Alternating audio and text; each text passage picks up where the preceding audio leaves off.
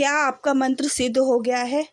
क्या आपका मंत्र सिद्ध हो गया है और वह कार्य करने के लिए तैयार है? अगर आपको यह पता नहीं है तो आपको कैसे पता चलेगा? आइए आज इसी बारे में हम बात करेंगे। जय जय महाकाली। तो कैसे हैं आप? मैं आशा करती हूँ आप सभी अच्छे होंगे, स्वस्थ होंगे और कृपा करके मेरे चैनल को लाइक और सब्सक्राइब कीजिए ताकि और अच्छे-अच्छे जानकारियाँ मैं आप तक पहुँचा सकूँ। और आज हम बात करते हैं कि जो हम मंत्र जाप कर रहे थे या कर रहे हैं, वह मंत्र सिद्ध हुआ है या नहीं हुआ है, हमें कैसे पता चलेगा? तो देखिए, जब आप कोई मंत्र का जाप करते हैं, चलते-फिरते करते हैं, मानसिक जाप कर रहे हैं और देखिए कई बारी ऐसा होता है कि हम सो रहे हैं, सोते-सोते भी हमारे दिमाग में, हमारे शरीर में कोई मंत्र चल रहा होता है। जब हमारे शरीर में कोई मंत्र चल रहा होता है हमारे दिमाग में, तो वह हमें पता चलता है, हमें नींद नहीं आती है। एक हड़बड़ी-सी, एक अजीब-सा मतलब माहौल हमें लगता है कि हमें नींद क्यों नहीं आ रही है। लेकिन क्या हो रहा होता है, हमारा मंत्र हमारे दिमाग में हमारा मंत्र चल रहा होता है। ये कारण जब होता है, जब हमारा मंत्र सिद्ध हो जाता है। यह मंत्र जब हमारे खून में बस जाता है, खून में मिक्स हो जाता है, तब हमारे साथ ऐसे लक्षण होने लग जाते हैं कि सोते हुए भी हमारे अंदर एक मंत्र चल रहा होता है। तब हमें समझ जाना चाहिए कि हमारा मंत्र जो है सिद्ध हो गया है। तो जब हमारा मंत्र सिद्ध हो जाता है, तो हमें क्या करना होता है, हमें इस मंत्र का जाप करते हैं तो हमें रोज़ डेली इसका भोग भी देना होता है, ताकि इसकी जो शक्ति है वह 2 गुना और अच्छी तरह से बढ़ जाए और यह कार्य करना शुरू कर दे। तो आपको हफ्ते में कम से कम, आप मान लीजिए भोले बाबा का मंत्र जाप कर रहे हैं ओम नमः शिवाय, तो आपको सोमवार वाले दिन भोले बाबा को जो है कम से कम 1 हवन करना है और भोग प्रसाद चढ़ाना है। मंत्र के लिए कम से कम 5 जोड़े, 2-2 लौंग के 5 जोड़े ओम नमः शिवाय स्वाहा, ओम नमः शिवाय स्वाहा, इस तरह से कह के कपूर पर या कंडे पर जलाकर उसका भोग ज़रूर देना है आपको। 5 लौंग 5 जोड़े दे सकते हैं, 11 लोग के जोड़े दे सकते हैं। इससे जो है आपके मंत्र की शक्ति 2 गुनी हो जाएगी।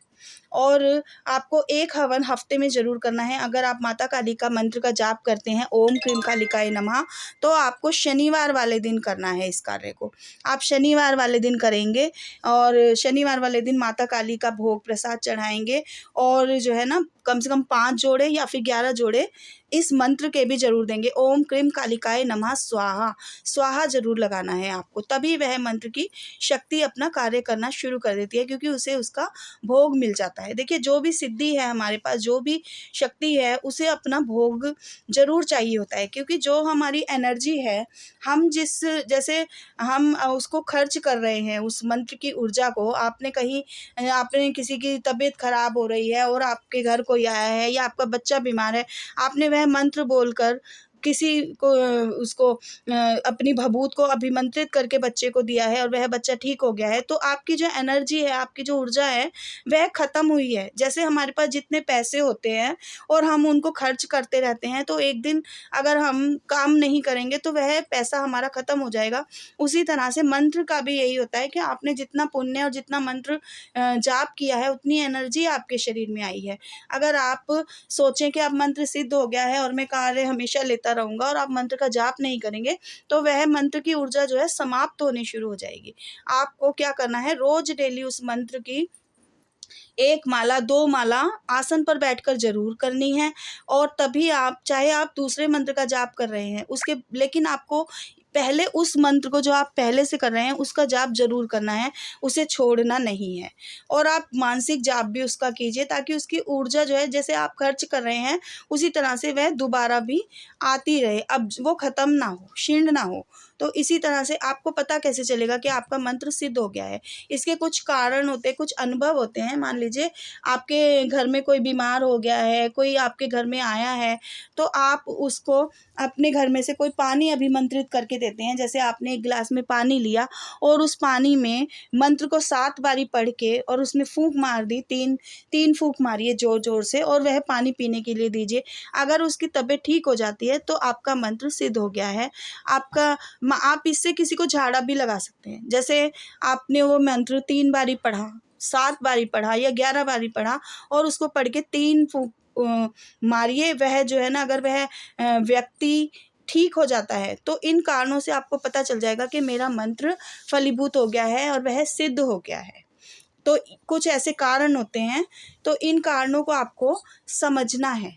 अगर आपको पता नहीं है तो मैं इसका एक और वीडियो अच्छी तरह से पूरा बना दूँगी, लेकिन यही एक लक्षण होता है। मैं आपको बताती हूँ कि जैसे मुझे कैसे पता चला था कि मेरा मंत्र सिद्ध हो गया है। तो मेरे हस्बैंड एक बारी बाहर गए थे और वह कहीं से कुछ खाकर आ गए थे, कहीं होली के टाइम पे उन्होंने कहीं रसगुल्ले बट रहे थे सफ़ेद वाले, वह खाकर वह घर आ गए थे और उनके पेट में बहुत ज़ोरों का दर्द होना शुरू हो गया था। तो एक तो त्योहार था, त्योहार में तबीयत ख़राब हो गई, दवाई दिलाई, दवाई दिलाने के बाद भी 2-3 दिन दवाई दिलाने के बाद भी आराम नहीं आ रहा था, पेट का दर्द लगातार बढ़ता जा रहा था। तो मैंने उनसे कई बारी पूछा, मगर उन्होंने नहीं बताया। बताने के बाद जब पता चला कि यह कारण है, बाहर से कोई नेगेटिविटी आ गई है, तो मैंने अपने मंदिर में जाकर वही भभूत उठाई और उसको अपने मंत्र से अभिमंत्रित करके 3 फूँकें मारी और उनके माथे पर लगाई और पानी को अभिमंत्रित करके दिया, तो उन्हें तुरंत ही आराम आ गया। इससे मुझे पता चला कि मेरा मंत्र जो है कार्य करने लगा है। ऐसे कई कारण हैं मुझे जो पता चला कि मेरा मंत्र अभिमंत्रित हो गया है। देखिए, जब हमारा मंत्र अभिमंत्रित हो जाता है, कार्य करने लग जाता है, सिद्धि की तरफ जाता है, तो हमें क्या होता है, हम कोई बात सोचते हैं और वह जो है हमारी सोची हुई बात भी पूरी होने लग जाती है। जैसे हम सोच रहे हैं काश ऐसा हो जाए, या मैं या वहाँ नहीं जा सकता, आज मंत्र को पढ़ के आप कहते हैं कि आज ये कार्य हो जाए या ये बात हो जाए, ये आज ये घटना ना हो, तो वह कार्य अगर हो जाता है तो आपको समझ लेना चाहिए कि मेरा मंत्र सिद्ध हो गया है। और आपको मंत्र का जाप जो है 1 माला या 2 माला आसन पर बैठकर ज़रूर करनी है। आसन को अपने जागृत करना है। आसन आपका जागृत हो गया है और मानसिक जाप आपको करना है। मंत्र का जो किसी को एडवर्टाइज़मेंट नहीं करना है कि मैं ये मंत्र का जाप करता हूँ, मैं वो करता हूँ। अपनी जो है पूजा को बताना नहीं है किसी को, और किसी भी चौकी पर दरबार में नहीं जाना है, क्योंकि आप खुद ही देखिए, आप खुद ही पूजा कर रहे हैं, खुद ही भक्ताई की लाइन में आ गए हैं, तो आपको अब अपने आप को संभाल के रखना है। ये नहीं कि आप किसी भक्त के पास चले गए, किसी गुरु के पास चले गए। और आजकल क्या होता है कि गुरुओं के पास कुछ हो ना हो, वह आपकी ऊर्जा को ज़रूर अपनी तरफ खींच लेंगे।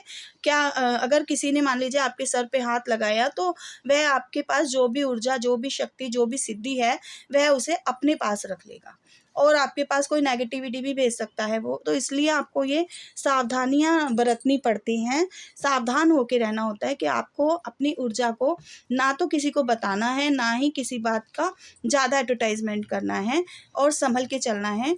जय माँ काली। अगर आपको मेरा वीडियो समझ में आया है, अच्छा लगा है, तो लाइक और सब्सक्राइब कीजिए। जय माँ।